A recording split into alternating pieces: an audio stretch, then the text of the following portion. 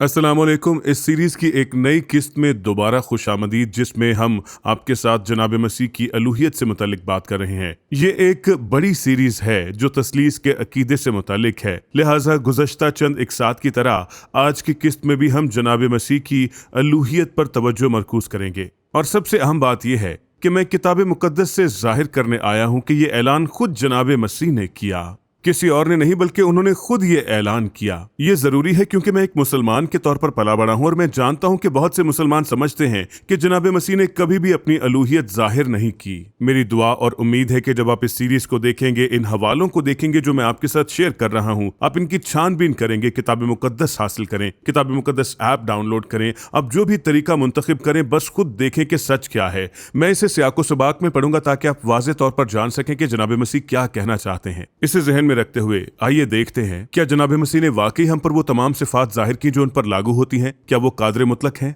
क्या वो हमागीर हैं? क्या वो अलीम कुल हैं? आइए देखते हैं। मिसाल के तौर पर यूहन्ना 14वें बाब की 13वीं और 14वीं आयत में देखें जनाब मसीह क्या फरमाते हैं। और जो कुछ तुम मेरे नाम से चाहोगे मैं वही करूंगा। जबरदस्त। जनाब मसीह हमें बता रहे हैं कि अगर हम उनके नाम से दुआ में कुछ मांगेंगे तो वो हमें देंगे। अब मैं आपको कुछ दिखाता चलूं, यहाँ जनाब मसीह किसी एक शख्स से बात नहीं कर रहे, बल्कि वो मजमूई तौर पर मुखातिब है। वो हम सब से हम कलाम है। जो कुछ तुम मेरे नाम से चाहोगे, तुम मजमूई तौर पर जो कुछ तुम मेरे नाम से चाहोगे, यानी हम सब, मैं वही करूंगा। जनाब मसीह फरमा रहे हैं कि वो हमारे लिए सब कुछ पूरा करेंगे। तो आइए फर्ज करें आप यहाँ हैं या जहां से भी देख रहे हैं, और कोई शख्स चीन में है, कोई तुर्की में है, कोई शिमाली अफ्रीका में है और कोई ऑस्ट्रेलिया में है, और वो जनाब मसीह से दुआ मांग रहे हैं। और जनाब मसीह फरमाते हैं, मैं बैक वक्त तुम सब की दुआओं को सुनूंगा और मैं अपनी मर्जी के मुआफिक उन सब दुआओं का जवाब दूंगा। तो यूं जनाब मसीह क्या बन जाते हैं? हमागीर, यानी वो हर जगह हैं। अलीम कुल, यानी वो जानता है कि कौन दुआ कर रहा है। और कादर मुतलक, यानी वो उन दुआओं के जवाब में कुछ भी कर सकते हैं। ये जानना हमारे लिए बहुत अहम है। और फिर यूहन्ना 15वें बाब की 5वीं आयत में जनाब मसीह फरमाते हैं, मैं अंगूर का दरख्त हूं, तुम डालियां हो। जो मुझ में कायम रहता है और मैं उसमें, वही बहुत फल लाता है, क्योंकि मुझसे जुदा होकर तुम कुछ नहीं कर सकते। कादर मुतलक, यानी सिर्फ जनाब मसीह में हम सब कुछ कर सकते हैं। बेशक पौलुस रसूल ने भी कहा कि मैं जनाब मसीह में सब कुछ कर सकता हूं। इसका यही मतलब है, सिर्फ जनाब मसीह में हमें काम करने की ताकत हासिल है। क्योंकि देखें, जनाब मसीह में बुनियादी तौर पर जब हम कमजोरी और एहतियाज में होते हैं तो उसकी कुव्वत उतनी ही ज्यादा हम में होती है। देखें यूहन्ना 14वें बाब की 15वीं आयत। एक बार फिर जनाब मसीह फरमाते हैं, अगर तुम मुझसे मोहब्बत रखते हो तो मेरे हुक्मों पर अमल करोगे। जनाब मसीह फरमा रहे हैं कि जैसे किताब मुकद्दस में अहकाम है, मेरे पास भी अहकाम है, और अगर तुम मुझसे मोहब्बत रखते हो तो ये तुम्हें हुक्म है कि तुम उन अहकाम पर अमल करो। जबरदस्त। जनाब मसीह अपने अहकाम को खुदा ताला के अहकाम के बराबर बता रहे हैं। तो वो और बाप एक हैं। और अब हम देखेंगे कि जनाब मसीह और रूहुल कुद्स भी बराबर हैं। जनाब मसीह यूहन्ना 14वें बाब की 15वीं और 16वीं आयत में कह रहे हैं, अगर तुम मुझसे मोहब्बत रखते हो तो तुम मेरे हुक्मों पर अमल करोगे। और फिर क्या होगा? और मैं बाप से दरखास्त करूंगा तो वो तुम्हें दूसरा मददगार बख्शेगा। ये मददगार कौन है? ये रूहुल कुद्स है।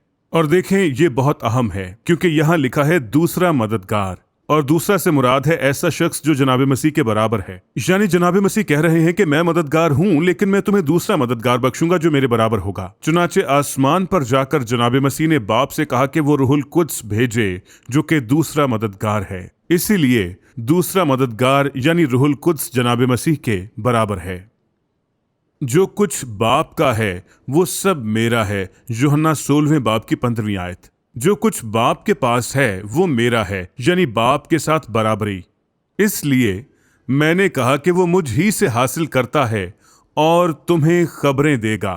तो यहाँ जनाब मसीह फरमा रहे हैं कि मैं और बाप एक हैं, और बाप जो भी फैसला करे वही मेरा भी फैसला है। और आखिर में मैं आपको इसकी याद दिलाते हुए अपनी बात खत्म करूंगा।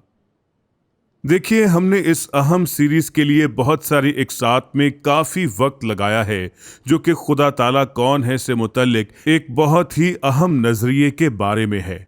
ये तस्लीस का अकीदा है। اور ہم نے اس عقیدہ کو آسان بنانے کی پوری کوشش کی ہے، لیکن ساتھ ہی اس عقیدہ کی سچائی کو کتاب مقدس کے حوالوں سے شیئر کیا ہے، میری ذاتی رائے سے نہیں، نہ کسی اور کی رائے سے۔ یہ وہی ہے جو خدا تعالیٰ سے متعلق کلام خدا ہمیں بتا رہا ہے۔ ہم نے آپ پر ظاہر کیا کہ ہم ایک خدا کی عبادت کرتے ہیں، متعدد معبودوں کی نہیں۔ ہم نے آپ پر ظاہر کر دیا کہ خدا تعالیٰ کی وحدانیت میں کثرت ہے۔ اس منفرد طور سے خدا تعالیٰ نے خود کو ہم پر ظاہر کیا۔ ہم نے کتاب مقدس میں سے آپ پر ظاہر کیا کہ تثلیث کے تمام خدائی ارکان بنیادی طور پر خدا باپ، خدا بیٹا، خدا روح القدس، ان سب کا کتاب مقدس اور انجیل شریف میں ذکر کیا گیا ہے۔ ہم نے ظاہر کیا کہ خدا تعالیٰ کا ظہور ایک آدمی کے طور پر نہ صرف انجیل شریف میں ہے بلکہ کتاب مقدس میں بھی ہے، لیکن وہ کتاب مقدس میں ایک آدمی کے طور پر ظاہر ہوا، انجیل شریف میں اس نے اپنے آپ کو جناب مسیح کی شخصیت میں ظاہر کیا جو خدا تعالیٰ کا اوتار ہیں۔ اور پھر ہم نے خدا تعالیٰ کی الہی صفات، خدا باپ کی الہی صفات، خدا بیٹے کی الہی صفات، خدا روح القدس کی الہی صفات کو دیکھنا شروع کیا۔ ہم نے دکھایا کہ خدا تعالیٰ کو کتاب مقدس میں براہ راست یا بالواسطہ طور پر باپ کہنے میں کوئی مسئلہ نہیں ہے۔ خدا تعالیٰ کا ایک الہی بیٹا ہے جس کا اعلان کتاب مقدس میں پہلے کیا گیا تھا، اور آخر میں روح القدس ایک ایسی ہستی ہے جو خدا باپ اور خدا بیٹے کے برابر ہے۔